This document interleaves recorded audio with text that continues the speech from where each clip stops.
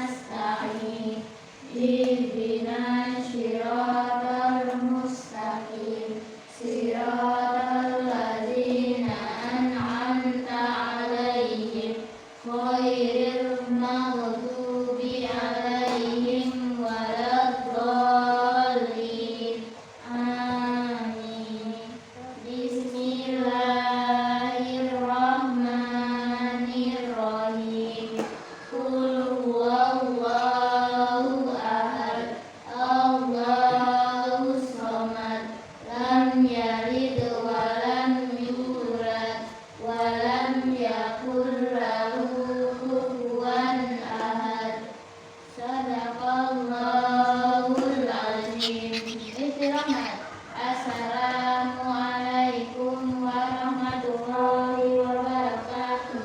Waalaikumsalam warahmatullahi wabarakatuh. Ibu absen dulu ya. Aura Maharani Hadir.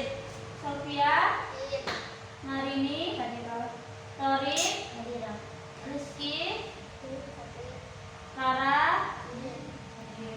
alhamdulillah hari ini hadir semua. Kita bab 1 akan membahas materi tentang munculnya sejarah ilmu kalam. Udah ada yang tahu apa itu ilmu kalam? Saya Bu. Ya, silakan. Nama saya Firda. Ilmu kalam adalah ilmu yang mempelajari tentang masalah ketuhanan atau akidah. Ya, benar sekali. Ilmu kalam itu ilmu yang mempelajari tentang kenabian yang berkaitan dengan akidah. Seperti mata pelajaran kita hari ini. Jadi, sejarah munculnya ilmu kalam itu ada 5 masa. Yang pertama itu pada masa Nabi Muhammad. Pada masa Nabi Muhammad ini umat Islam bersatu, mereka satu akidah dan pada saat itu belum berbeda pendapat. Lalu jika mereka itu umatnya ada yang berbeda pendapat itu, umatnya ini menghampiri Muhammad untuk meminta pendapat. Ya, jadi umatnya itu menghampiri Nabi Muhammad SAW untuk meminta pendapat agar persoalan-persoalan yang dihadapi umat itu agar selesai. Lalu sebab munculnya ilmu kalam ini dipicu oleh persoalan politik yang menyangkut peristiwa pembunuhan Utsman bin Affan yang berbuntut pada penolakan Muawiyah atas kekhalifahan Ali bin Abi Thalib. Dan selanjutnya, masa-masa selanjutnya nanti Ibu bagi kelompok ya. Ibu bagi kelompok jadi 2 kelompok. Setelah itu kalian mencari materinya dan mempresentasikan di depan kelas. Paham? Paham.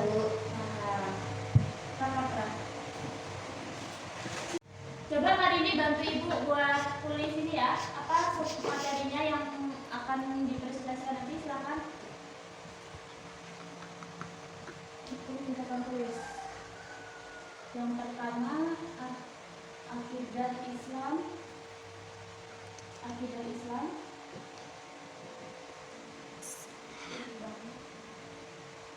pada masa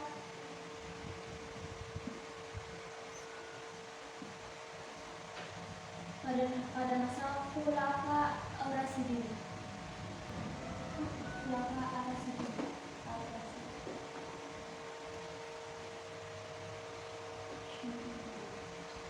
Lalu yang kedua, akidah Islam pada masa Bani Umayyah.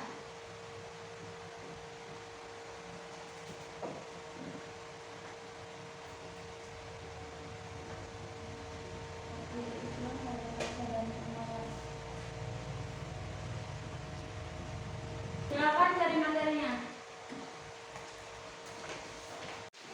Apakah sudah siap untuk presentasinya? Sudah, Bu. Kelompok 1 sudah ya. Silakan kelompok 1 mempresentasikan di depan kelasnya. Di depan teman-temannya, silakan. Kami dari kelompok 1 ingin mempresentasikan tentang akidah Islam pada masa Khalifah Rasyidin dan akidah Islam pada masa Bani Umayyah. Ya, yang pertama siapa dulu yang membacakan? Silakan. Akidah Islam pada masa Khalifah Rasyidin tentang mengikuti akidah yang telah disampaikan oleh Nabi Muhammad SAW. Pada saat itu ada juga yang kembali murtad setelah Nabi Muhammad SAW wafat dan menganggap diri sebagai nabi. Tolong Aura sama Sophia ya, diperhatikan temannya dulu. Ya, Bu. Silakan lanjut. Akhirnya dengan perintah dari Abu Bakar As-Siddiq, semua orang yang mengaku nabi tersebut berhasil dikalahkan. Penjelasannya, Khulafaur Rasyidin adalah 4 pemimpin Islam setelah baginda Rasulullah SAW atau Nabi Muhammad SAW wafat. Keempat sahabat yang menjadi pemimpin setelah Rasulullah wafat tersebut adalah Abu Bakar As-Siddiq, Umar bin Khattab, Utsman bin Affan, dan Ali bin Abi Thalib. Itu tadi penjelasan akidah Islam pada masa Khulafaur Rasyidin ya. Lalu selanjutnya akidah Islam pada masa Bani Umayyah, siapa yang bacakan? Oh, Marini ya. Akidah Islam masa Bani Umayyah, akidah yang benar diwariskan dari zaman Rasulullah hidup. Para sahabat Rasulullah mengajarkan dan menyebarkan akidah tersebut seiring dengan menempatkan mereka di daerah-daerah yang baru dibuka. Tidak jarang khalifah-khalifah yang 4 memilih sahabat-sahabat Rasulullah yang berilmu sebagai pemegang jabatan gubernur di daerah-daerah baru tersebut. Akan tetapi, sejak masa pemerintahan Utsman bin Affan, kelompok-kelompok yang menyimpang mulai bermunculan. Khawarij adalah kelompok menyimpang yang pertama kali muncul. Tidak hanya para pelaku berdosa besar yang mereka kafirkan, para sahabat Rasulullah yang hidup pun masih mereka kafirkan. Ya, itu tadi penjelasan akidah Islam pada masa Khulafaur Rasyidin dan akidah Islam pada masa Bani Umayyah. Untuk teman-teman, adakah yang masih bingung atau yang ingin dipertanyakan? Silahkan. Ada? Kalau juga tidak, silahkan ditutup. Sekian presentasi dari kami akhiri. Wassalamualaikum warahmatullahi wabarakatuh. Kami dari kelompok 2 ingin melanjutkan pembahasan akidah Islam pada masa Bani Abbasiyah dan akidah Islam sesudah masa Bani Abbasiyah. Silakan yang pertama, siapa yang membacakan? Ya. Bukan di sini. Sing dibaca Bani Abbasiyah atau Kekhalifan Abbasiyah adalah kekhalifan kedua Islam. Enggak bisa, bukan Mbak Apus, Kak? Enggak. Oh, bukan Mbak Apus. Ulang. Nggak usah singkat. Bani Abbasiyah atau Kekhalifahan Abbasiyah adalah kekhalifan kedua Islam setelah masa Khulafaur Rasyidin. Bani Abbasiyah berkuasa mulai tahun 750 M sampai 1258 M. Setelah merebut kekuasaan dari Bani Umayyah dan menundukkan semua wilayahnya kecuali Andalusia. Nama Abbasiyah merujuk kepada keturunan dari paman Nabi Muhammad SAW yang termuda, yaitu Abbas bin Abdul Muthalib, sehingga mereka juga termasuk ke dalam Bani Hashim. Bani Abbasiyah mencapai puncak kejayaannya pada masa pemerintahan Sultan Harun al-Rashid dan putranya Al-Mahmud. Pada masa Harun al-Rashid, Baghdad mulai menjadi pusat peradaban dunia dengan tingkat kemakmuran dan peran internasional yang luar biasa. Sedangkan kemajuan keilmuan di Baghdad mencapai puncaknya pada Al-Mahmud dengan didirikannya Baitul Hikmah sebagai pusat perpustakaan dan kajian keilmuan.